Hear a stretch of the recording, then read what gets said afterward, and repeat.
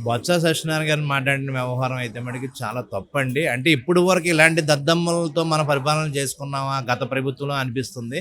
ఎందుకంటే ఆయన ఒక మాజీ మినిస్టర్‌గా ఉండి సీజ్ ప్యాకెట్ చూపించి నెయ్యి ప్యాకెట్ అని చెప్పడం అనేది అందరూ నవ్వుకుంటున్నారు సార్. ఇలాంటి వ్యక్తుల్ని రాంగ్ మెసేజ్ పట్టించడానికి తప్ప అది పబ్లిక్‌ని ఏదోలా కనిపించేయడానికి తప్ప అది అంతవరకు వాస్తవం ఏం లేదు. అసలు హెరిటేజ్‌కి సంబంధం ఎక్కడ ఉంది సార్ అసలు? అవన్నీ కూడా అబద్ధాలు సార్. అవన్నీ కూడా అబద్ధాలు. కావాలంటే ప్రూవ్ చేయమనండి. వాళ్ళు ఏదైనా ఎవిడెన్స్‌తో రమ్మనండి. అలాగే మనం దాని మీద ఏదైనా చేయాలి. పబ్లిక్‌లో మటుకు ఇదే అడుగుతున్నారు. ఎవరైనా సరే పబ్లిక్‌లో ఏం అడుగుతున్నారు? ఎవిడెన్స్ ఉంటే మాట్లాడమనండి. సీజ్ ప్యాకెట్ చూపించి నెయ్యి అనేవాడికి ఇంకా అన్ని అబద్ధాలు కాదని ఎలా అనుకుంటారు సార్? ఈ ఒక ఛాన్స్ అని చెప్పి జనాలు నమ్మించి ఒకసారి చూశారు సార్ ప్రజలు.